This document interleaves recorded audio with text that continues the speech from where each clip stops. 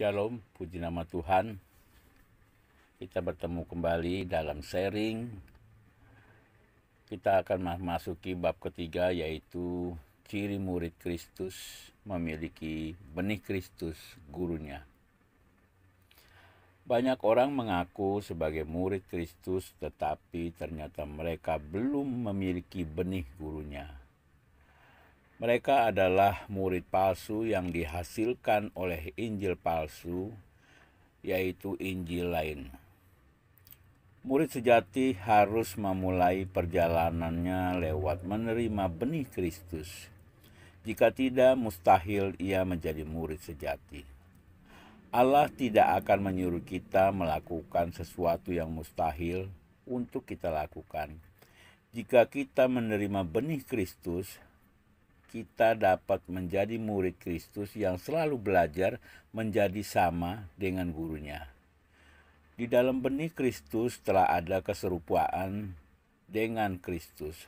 Hanya keserupaan tersebut perlu bertumbuh menjadi perbuatan yang nyata. Kita perlu didisiplin oleh kasih karunia agar dapat bertumbuh semakin serupa Kristus. Jadi hanya dengan menerima benih Kristus, keserupaan dengan Kristus dapat dimungkinkan terjadi.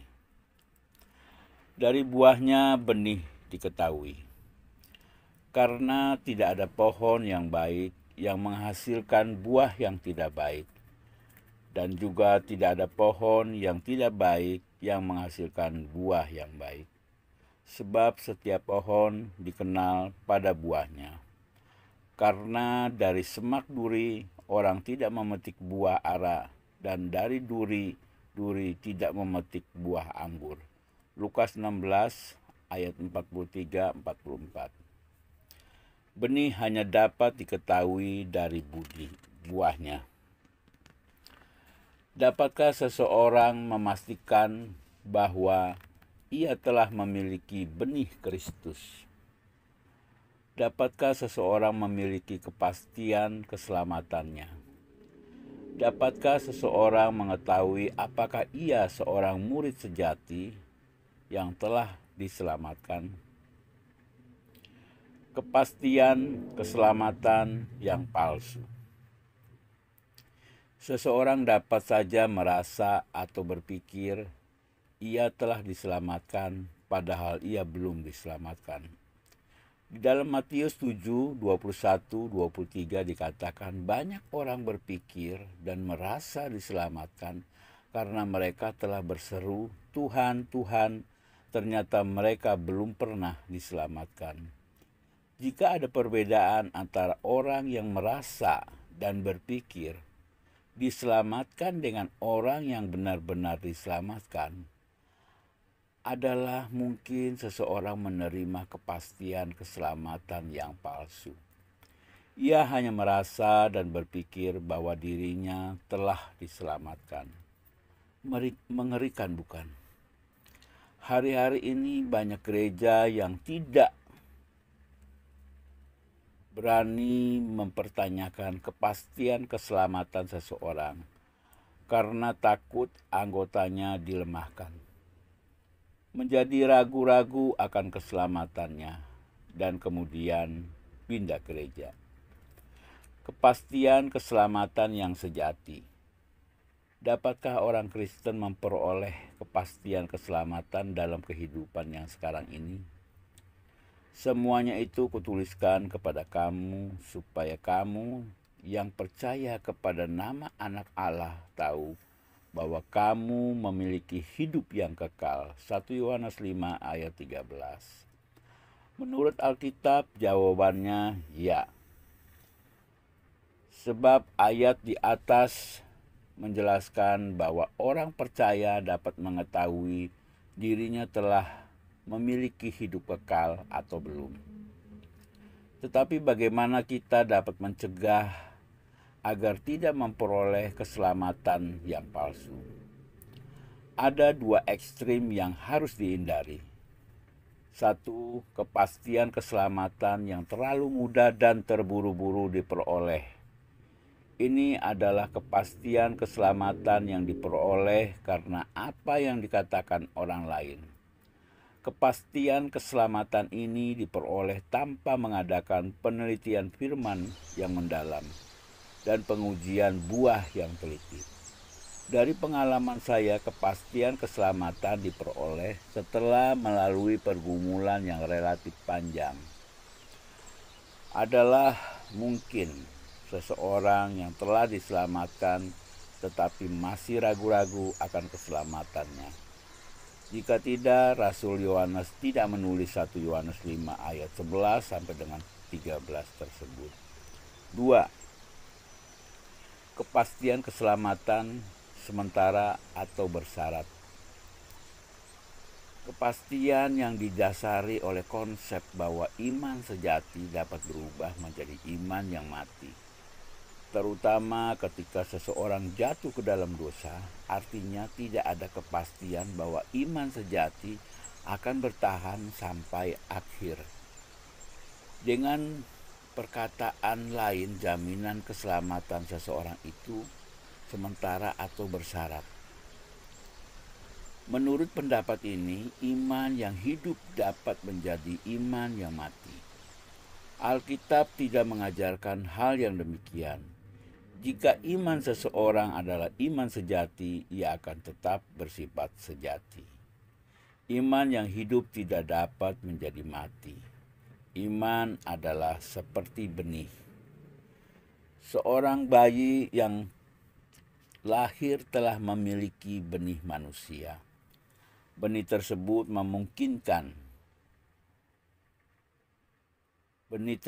tidak mungkin berubah menjadi benih kera. Bila benihnya dapat berubah, berarti bukan benih yang asli. Tetapi ada kemungkinan dalam bayi-bayi tersebut, walaupun benih manusia tetapi menderita penyakit yang menghambat pertumbuhan. Demikian juga iman. Ada juga iman yang lemah, iman yang sakit. Iman yang lemah adalah iman yang pasif. Iman tidak diaktifkan dengan perbuatan. 2 Petrus ayat 1, 3 sampai dengan 11. Bagaimana memperoleh kepastian keselamatan yang sejati? Untuk memiliki kepastian keselamatan yang sejati tidaklah cepat dan mudah. Perlu waktu dan penelitian yang mendalam. Jadi bagaimanakah cara kita memperoleh kepastian keselamatan? Ada 3 kesaksian yang perlu diperoleh melalui 2 sumber. Yang pertama, kesaksian firman. Kita selamat bukan karena apa kata orang, apa kata pembicara, apa kata pemimpin, tetapi apa kata firman-Nya. Firman Tuhan adalah kesaksian yang paling akurat dan sah. Memang masih banyak tanda lain yang dibuat Yesus di depan mata murid-muridnya yang tidak tercatat dalam kitab ini.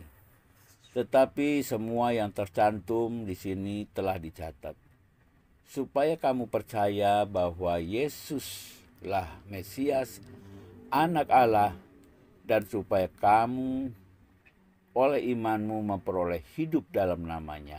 Yohanes 20, 30 sampai dengan 31. Firman Tuhan dicatat sebagai kesaksian supaya orang percaya bahwa Yesus adalah Mesias, sehingga oleh iman orang percaya itu memperoleh hidup yang kekal.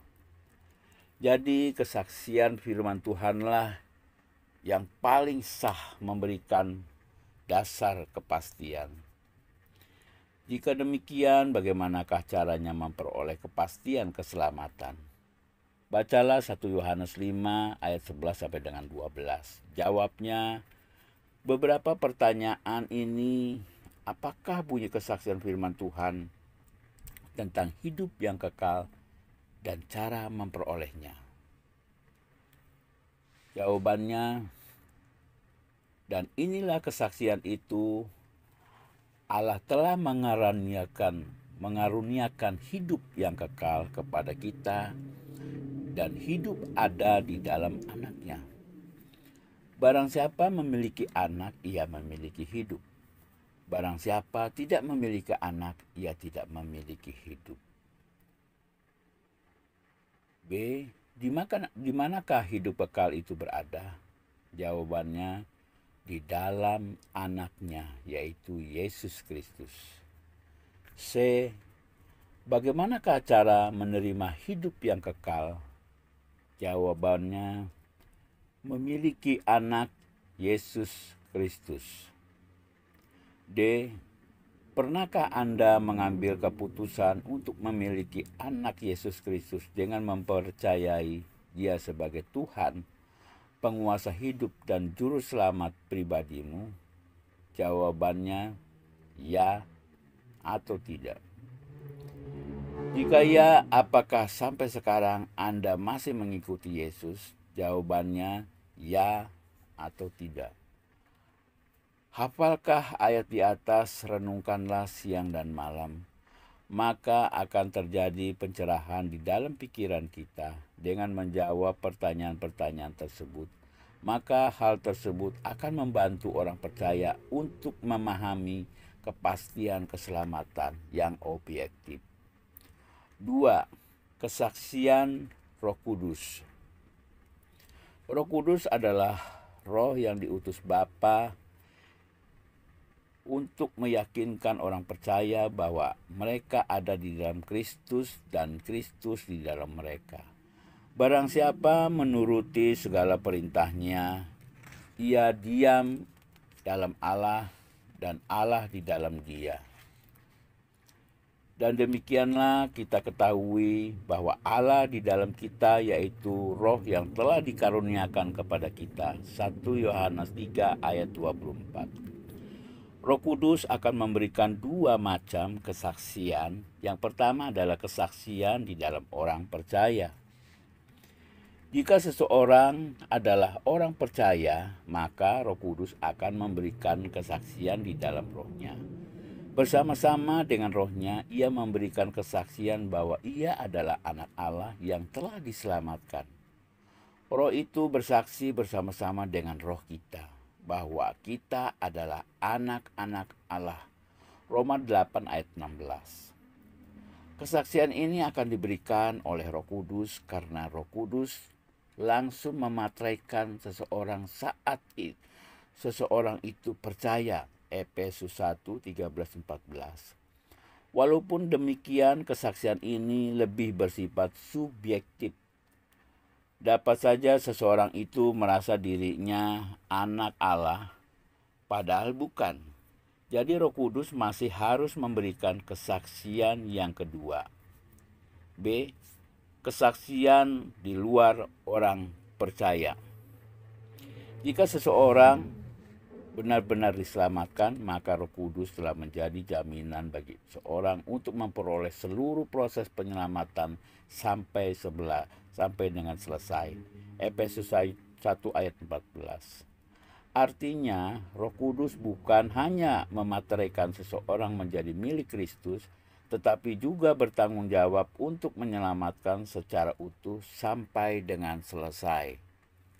Roh Kudus akan menolong agar orang percaya hidup kudus, menampakkan buah roh.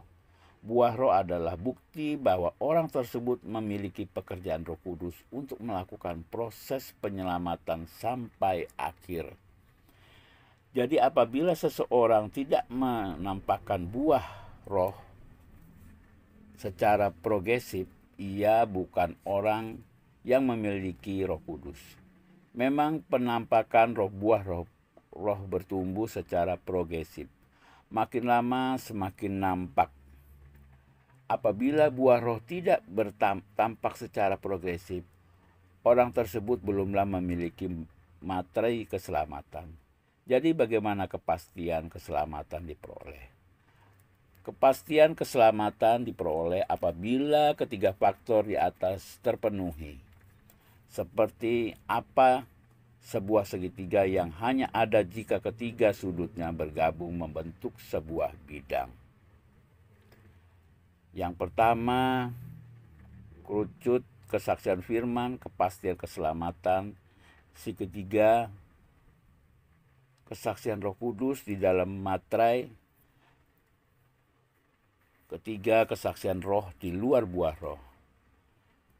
Dengan demikian, orang percaya membiarkan keselamatannya diteguhkan oleh 2-3 saksi, karena Alkitab menganut peneguhan suatu perkara melalui 2-3 saksi.